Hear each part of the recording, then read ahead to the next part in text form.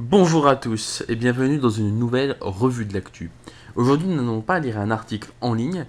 Je vous propose de lire un article qui se trouve dans le Canard enchaîné du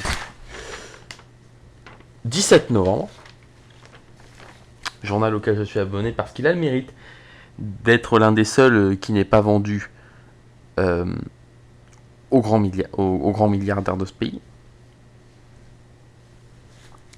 Et dedans, je vais en profiter pour parler de bien de la médiocrité de notre gouvernement, hein, bien sûr, même si nous la voyons tous, les preuves venues qui sont extirpées par les journalistes sont toujours très intéressantes à analyser. Donc aujourd'hui, nous allons lire quelle est la stratégie de Macron pour effacer les républicains. Et bien sûr, après, je donnerai mon avis, vous pourrez la donner dans les commentaires.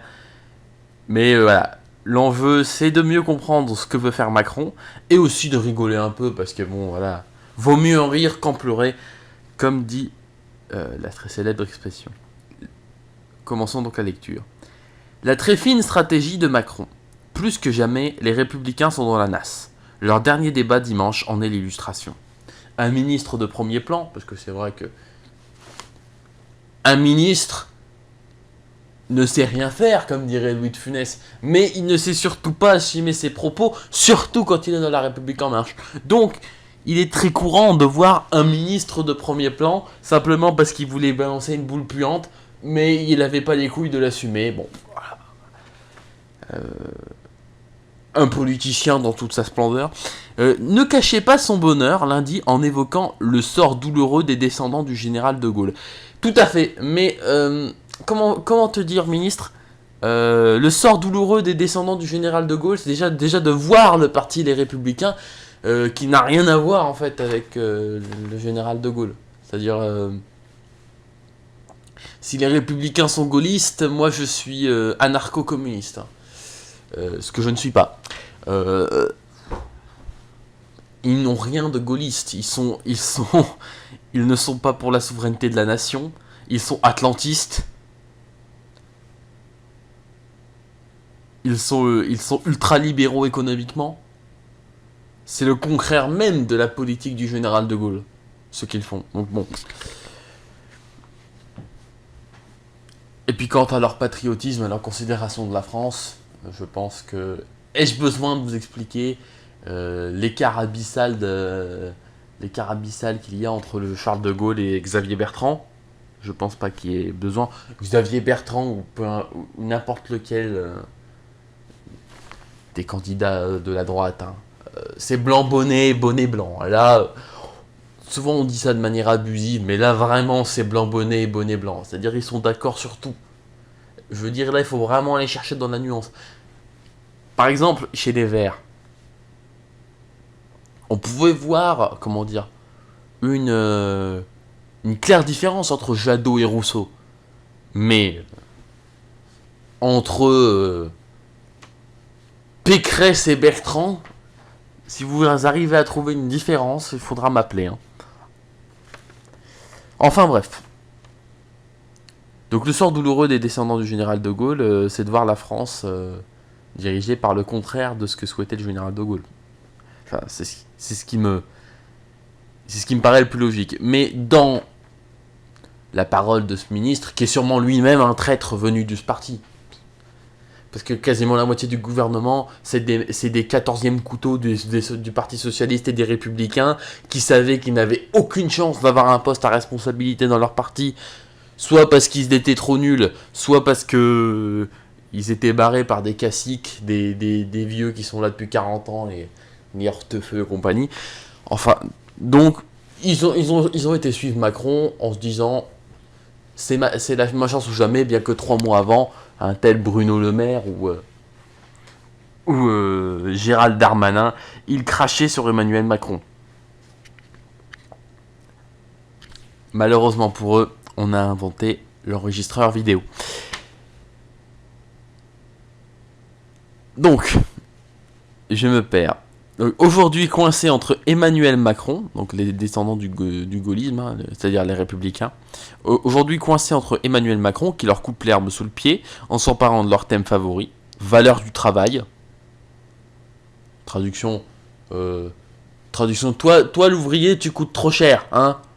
On va baisser ton salaire, on va augmenter celui du patron qui gagne déjà 1 million. Ah oui, oui. Hein. Attention, sinon, c'est l'inégalité. Attention, tu vas quand même pas. Tu es privilégié, attends.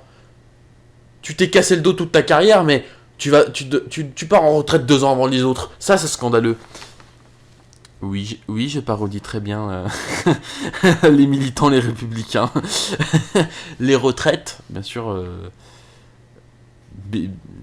La réforme des retraites. Et la relance du nucléaire.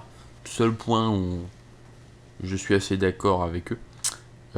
Et le duo Le Pen-Zemmour qui les condamne à la surenchère. Puisque le problème fondamental des Républicains, c'est que désormais Macron, c'est la droite. Parce que les gens qui viennent me dire Macron est de gauche parce qu'il fait voter la GPA, enfin la PMA. Macron n'est pas de gauche. Son programme politique n'est pas libéral. Enfin, dans la politique concrète, c'est l'application la plus autoritaire du pouvoir qu'on a eu depuis très longtemps. Donc, je ne vois pas en quoi, même les libéraux vous le diront. Je vous conseille d'ailleurs le fil Twitter de Valentin Guillaume, qui est un libéral, qui parle régulièrement de politique sur Twitter, qui lui est un centriste, et dit lui-même Macron n'est pas un libéral, parce que sa politique n'a rien de libéral. Il faut bien le voir, à part de vagues réformes d'ailleurs ce n'est même pas lui qui les dicte, c'est la Commission européenne. À part de vagues réformes de libéralisation, il ne fait rien de libéral concrètement. Son pouvoir est centralisateur, autoritaire. Je ne dis pas que c'est un régime autoritaire, attention, je dis que il a des tendances autoritaires, dans le sens où sa vision du pouvoir, c'est vertical et dur. Voilà. Je ne dis pas qu'on est dans un régime autoritaire, j'ai bien conscience de la valeur des mots, ce n'est pas ce que je veux dire. Donc les républicains sont piégés entre lui, qui récupèrent tout leur programme en fait, qui les siphonnent jusqu'au bout, justement dans la même stratégie que ce qui a été fait en Espagne, mais où ça a été échoué. Pourquoi ? Parce qu'on a pu observer par exemple que le parti Ciudadanos en Espagne a tenté la même stratégie, c'est-à-dire de récupérer la droite et de les siphonner. Le problème qui arrive à Ciudadanos, c'est qu'ils sont aussi alliés à Vox. Et Vox, autant, c'est des Zemmouriens, quoi, globalement, pour vous donner un peu le niveau. Donc, quand on a un parti qui, d'un côté, va défiler à la Gay Pride, puis après, siège avec des ultra-catholiques, le grand écart est tel que les gens ne votent plus. Mais Macron, lui, du fait du système politique français, n'a pas besoin de coalition. Et donc, peut faire cette stratégie de siphonnage sans pour autant devoir se compromettre avec l'extrême droite. C'est pour ça qu'elle marche. Donc il y a Macron d'un côté, et de l'autre, il y a Zemmour et Le Pen. Donc Le Pen est plus à droite encore, Éric Zemmour, qui les oblige à la surenchère. Parce qu'en fait, pour exister, puisqu'ils ne peuvent pas exister par leur libéralisme et leur européisme, puisque Macron s'en revendique, d'ailleurs oui, c'est peut-être un abus de langage, mais voilà, leur libre-échangisme, voilà, ce genre de choses, et leur européisme, Macron l'est, et l'est mieux qu'eux. Donc, ils ne peuvent pas se positionner sur ça. Et à l'extrême droite, si vous êtes, par exemple, contre l'immigration, bah, concrètement,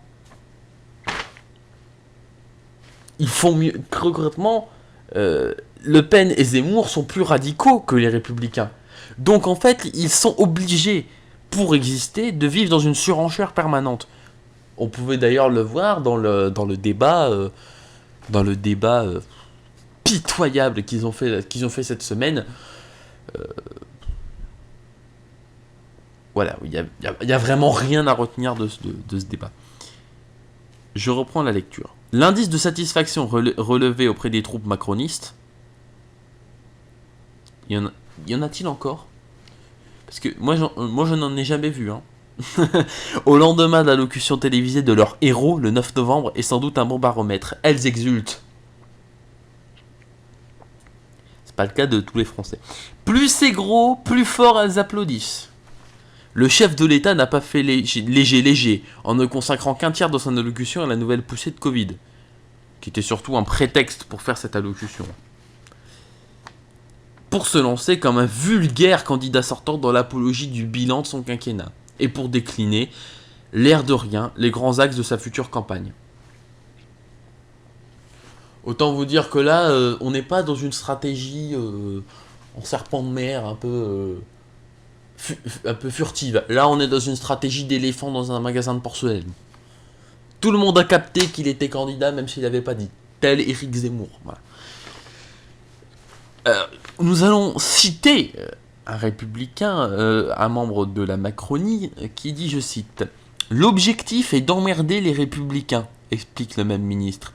Aller sur leur terrain et l'occuper pendant les 3 semaines où ils choisissent leur candidat. Ne pas leur laisser le moindre espace politique. » Quel espace politique ils peuvent avoir, puisque concrètement, ils n'ont plus de raison d'exister politiquement. Puisqu'ils sont écartelés entre l'extrême droite et le centre. Ce qu'on peut appeler le centre. Attrape tout, quoi.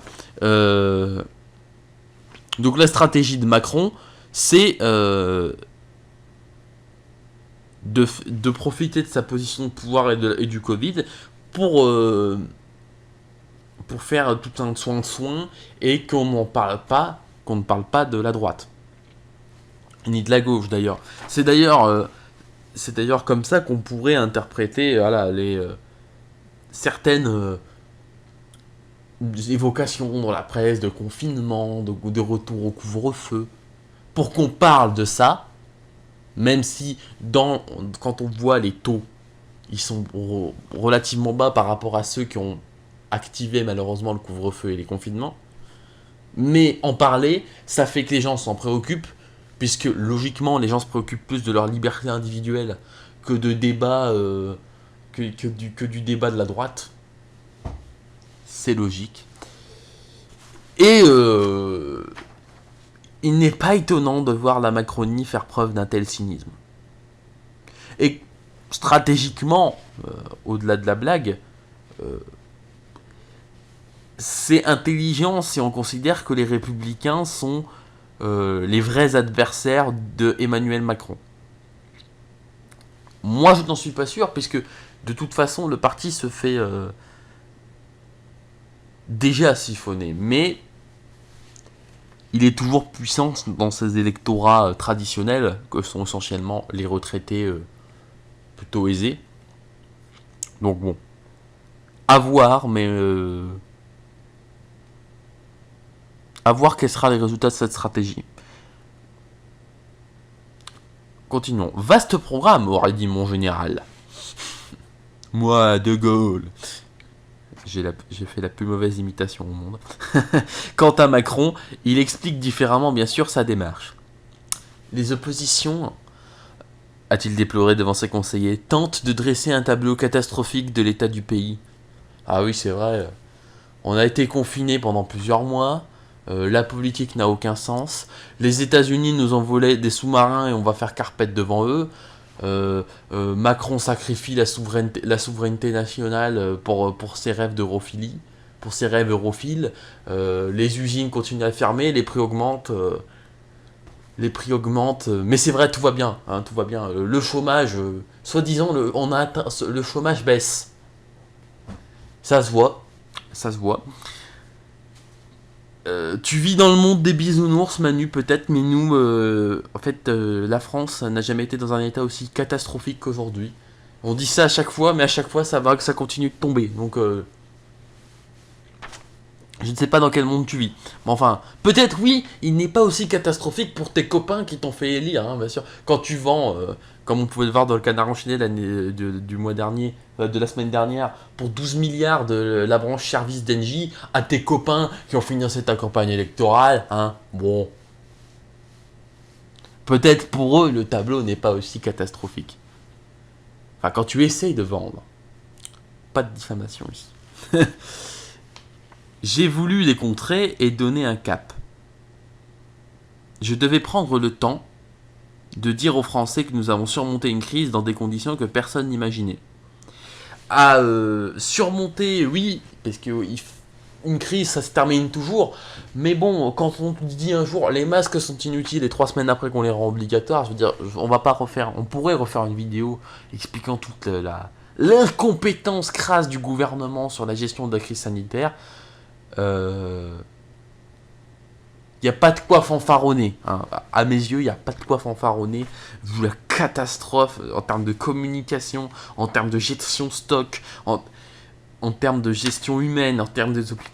Il n'y a rien qui a été. Et la situation est toujours difficile.